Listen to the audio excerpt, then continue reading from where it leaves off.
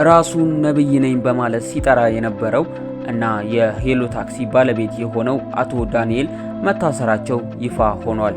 ሰበር ዜና ተሰምቷል። የቀድሞ ፓስተርና የሄሎ ታክሲ ባለቤት የሆነው አቶ ዳንኤል እንዲሁም ደግሞ ወይዘሪት እንግዳ በቁጥጥር ስር መዋላቸውን የአዲስ አበባ ከተማ ፖሊስ ጠቅላይ መምሪያ እንደዚሁም ደግሞ የሙሉ ወንጌል ቤተክርስቲያን ያልተጠበቀ መግለጫ እና የነብይ መሰረት ታዬ ከባድ ፍጥጫ አነጋጋሪ ሆኖ ቀጥሏል። ነቢያትን በወፍራም ገበታ ላይ እንጂ በድሃ መካከል አታገኙአቸውም።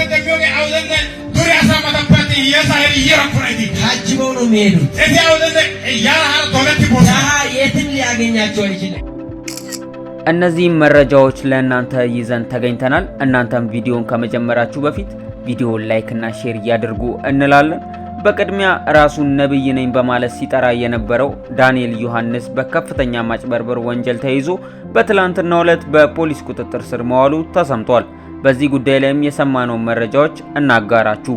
ከ127 ሰዎች በላይ ከ130,000 እስከ 330,000 ብር እየተቀበሉ ሁለት ተጠርጣሪዎች በቁጥጥር ስር መዋላቸውን ፖሊስ በትላንትናው ዕለት አስታውቋል። የሄሎ ታክሲ ባለቤት እና ራሱን ነብይ ነኝ ብሎ ሲጠራ የነበረው አቶ ዳንኤል ዮሐንስ ከተጠርጣሪዎች መካከል ይገኛል። የትራንስፖርት ተሽከርካሪን እናመጣለን በሚል በ127 ሰዎች ላይ ከባድ የሚባል ወንጀል የፈጸሙ ተጠርጣሪዎችን በቁጥጥር ስር አውሎ ምርመራ እያጣራ መሆኑን የአዲስ አበባ ፖሊስ ጠቅላይ መምሪያ ያስታወቀ ሲሆን ዜጎች በአነስተኛ ቅድመ ክፍያ የመኪና ባለቤት እናደርጋለን በማለት ከ127 ሰዎች በላይ ከ130,000 እስከ 330,000 ብር እየተቀበሉ የቆዩ ሁለት ተጠርጣሪዎች ላይ በከባድ የማታለል ወንጀል ክስ ምርመራ ተከፍቶባቸው እየተጣራ እንደሚገኝ ገልጿል። አንደኛ ተጠርጣሪ እንግዲህ ራሱን ነብይ ነኝ ብሎ ሲጠራ የነበረው አቶ ዳንኤል ዮሐንስ የሄሎ ታክሲ ባለቤትና ስራ አስኪያጅ፣ ሁለተኛ ተከሳሽ ወይዘሮ እንግዳሽ ጥላ እና ሌሎች መኪና አስመጪ ነን በማለት አብሯቸው ሲንቀሳቀሱ የነበሩ አጋዥና ረዳቶች በፈጸሙት እጅግ ከባድ የማታለል ወንጀል ክስ ተከፍቶባቸው ክትትል ሲደረግባቸው እንደነበረ ፖሊስ ገልጿል። ፖሊስም ግለሰቦቹን ከዚህ ቀደም በተለያዩ ጊዜያትም ዜጎችን በማደራጀት በትንሽ ክፍያ የመኪና ባለቤት እናደርጋቸዋለን በማለት ባልተገባ መንገድ የበርካታ ዜጎችን ሕይወት አደጋ ላይ ጥለዋል ብሏል። ወደ ቀጣይ እና ወደ መጨረሻው መረጃ ስንሸጋገር ሙሉ ወንጌል ነብይ መሰረት ታዬን ሐሰተኛ ነብይ ነው አለች በማለትም የሚጀምረው የግሎሪ ቻናል ዘገባ በንግግራችን ላይ ለአገልጋይ 70,000 ቅድመ ክፍያ ብር ጠየቀ ሲል ገለጹ።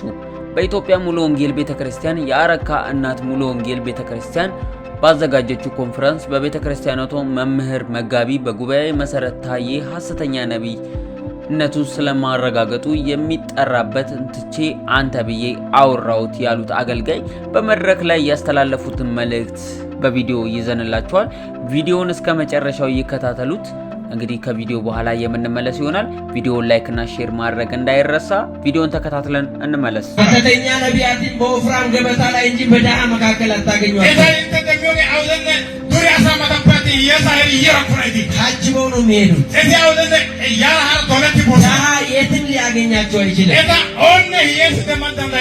ድሃ የትም አያገኛቸው።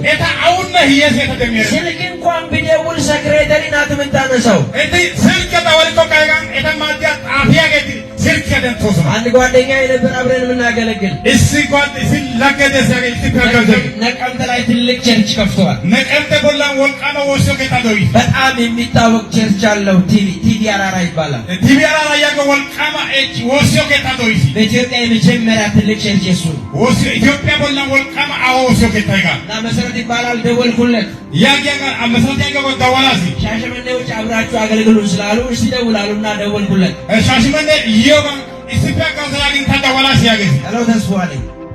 አቤት ተስፋው ያጊሲ ደግሞ በነቢይነቱ ብዙ ስለማላምን መሲ ብዬ ነው። እንዴት ነው መሲ አለ ታሪ አናበለታ አማነ ነገሽው መሲ አይመለ ያጋሲ እና ሰላም ነህ እንዴት ነህ? አዲስ አበባ ከገባህ አልወፈርክም አለኝ። አልወፈርኩም። ተመለስ በቃ አብረን እናገልግላለን። እሱ በኋላ ይሁንና ሻሸመኔ አንድ ላይ አገልግሎን ብለውናል። ጊዜ ያለ ወይ መቼ ነው የሚመጪው? ያግን ታኒ ያራባ ጊዜ አቃስመላ ኑ ሻሸመኔ ኑ ሀቃታ ይደስ ያሳይ ኮይሲ ዩተየ ያጋስ ያግን አስፊሽ አንተ ስለውን ግን ያነሳሁት እንጂ እኮ ቀጥታ ለዚህ ጉዳይ ወደ ላይ አይነገር። እንግዲህ ቪዲዮውን እንደተመለከታችሁት ነበረ።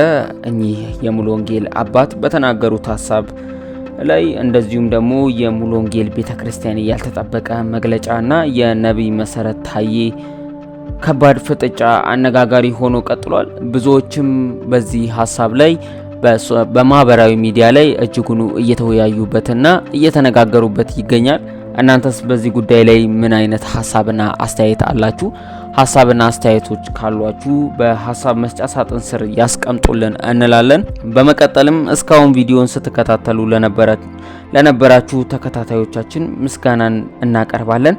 ቀጣይ በእንደዚህ አይነት ቪዲዮ እና መረጃን ይዘን የምንቀርብ ይሆናል። እናንተም ቪዲዮቻችን በፍጥነት እንዲደርሷችሁ የደውል ምልክቷን ይጫኑ እያልን እንደዚሁም ደግሞ ለፋሪስ ሚዲያ ቤት አዲስ ከሆናችሁ ቤቱን ሰብስክራይብ በማድረግ እንደዚሁም ደግሞ የደውል ምልክቷን በመጫን መረጃዎችን ያገኙ እንላለን። የዕለቱ መረጃዎቻችን እነዚህን ይመስሉ ነበረ።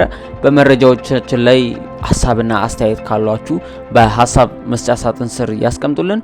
እንደዚሁም ደግሞ በፋሪስ ሚዲያ ላይ በአጠቃላይ ሁኔታው ሀሳብና አስተያየቶቻችሁን በሀሳብ መስጫ ሳጥን ስር ያስቀምጡልን።